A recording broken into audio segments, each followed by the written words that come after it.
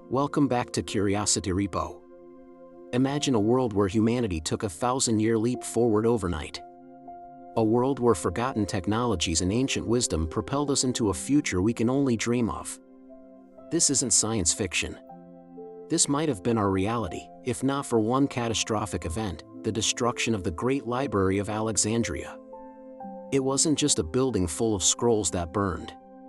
It was the intellectual heart of the ancient world, a repository of half a millennium of human genius, and its loss is arguably the greatest tragedy in the history of knowledge. Today, we're going to explore what was likely lost in those flames and speculate on how different our world might be if the library had survived. Founded around the 3rd century BCE by Ptolemy I Soter, a successor to Alexander the Great, the Library of Alexandria was more than just a collection of texts. It was the world's first true university, a massive research institution called the Mouseion, or Shrine of the Muses. Scholars from across the known world, Greece, Persia, Babylon, India, and Africa, were invited to live and work there, all expenses paid. Their mission was simple: to collect, translate, and comment upon the entirety of human knowledge. Agents were dispatched on ships with chests of gold to purchase any book they could find. Every vessel that docked in Alexandria's harbor was searched, not for contraband, but for scrolls. Any books found were seized and taken to the library to be copied by an army of scribes. The originals were kept, and a fresh copy was returned to the owner. This relentless pursuit of knowledge meant the library's collection grew at an astonishing rate. Estimates of its size vary wildly, but conservative figures suggest it held over 500,000 papyrus scrolls. Each scroll could contain a work as long as Homer's Iliad. This was the most extensive and significant collection of scholarship in the ancient world, a global database of papyrus. So, what exactly did we lose? The simple, devastating answer is, we don't know for sure. The catalog of the library's holdings, the Pinox, created by the scholar Callimachus, was itself a 120-volume work that was also lost. But based on fragments, references and other surviving texts, and our understanding of the era's intellectual achievements, we can piece together a heartbreaking picture of the treasures turned to ash. Let's start with science and technology. We know the library housed the works of geniuses like Archimedes. While some of his treatises survived, many others, detailing his inventions, are gone. Imagine having the complete blueprints for his legendary claw, a crane-like machine that could lift enemy ships out of the water, or his heat ray, which supposedly used mirrors to set Roman fleets on fire from a distance. These weren't just myths. They were feats of engineering we struggled to replicate until centuries later. The full extent of his mechanical and engineering knowledge is now a mystery. Then there's Ctesibius of Alexandria, the father of pneumatics. He invented the water organ, the water clock, and even a type of compressed air catapult. His detailed manuals on hydraulic systems, pumps, and automated devices were stored in the library.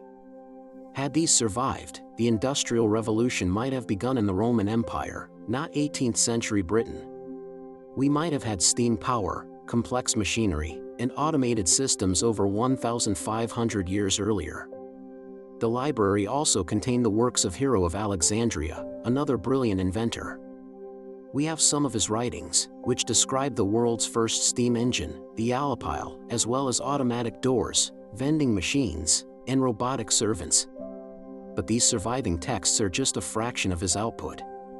The complete collection of his work could have contained designs for practical applications of steam power, advanced robotics, and surveying tools that would have been revolutionary.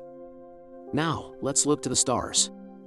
The library was home to the greatest astronomers of antiquity. Aristarchus of Samos, working in Alexandria, was the first person to propose a heliocentric model of the solar system, placing the sun, not the Earth, at the center. He argued this nearly 1,800 years before Copernicus. His detailed calculations and astronomical data, which supported this revolutionary idea, were all housed in the library. When the library burned, his heliocentric theory was lost to the mainstream, dismissed as heresy. Humanity would spend the next 2 millennia believing the Earth was the center of the universe, a misconception that held back the progress of astronomy and physics immeasurably. We also lost the comprehensive star charts of Hipparchus. He created the first known catalog of over 850 stars, detailing their positions and brightness. He also developed trigonometry and was able to predict lunar and solar eclipses with stunning accuracy.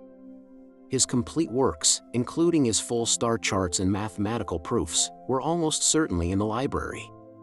If they had survived, our understanding of the cosmos would have been centuries ahead.